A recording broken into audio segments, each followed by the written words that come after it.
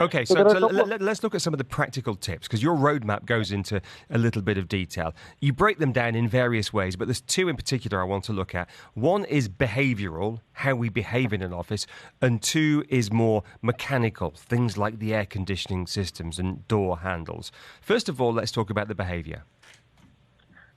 Sure. So when we're looking at the behavioral changes, these are changes that would probably require some level of training to employees.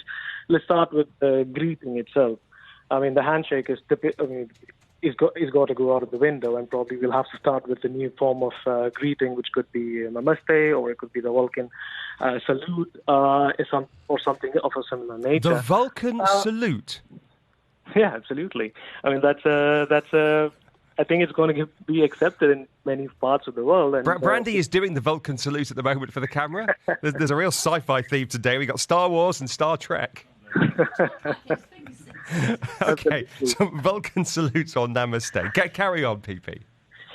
So if the other thing that we'll be looking at is to try and reduce the high risk intersections that people have within the office. So we'll be looking at corridors, we'll be looking at any areas that people would be dissecting with each other. So one thing that we're suggesting is try and have a single-way circulation around the office, or it could be a one-way circulation.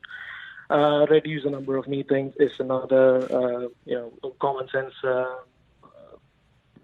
protocol that we're suggesting. And one important thing that when we're talking about behavioral changes is to ensure that people or employees don't carry things from the office to home and from home to the office. So clear desk policy at the end of the work schedule, and also making sure that things don't go home and then from home don't come into Right. the office. So don't bring your lightsaber to work.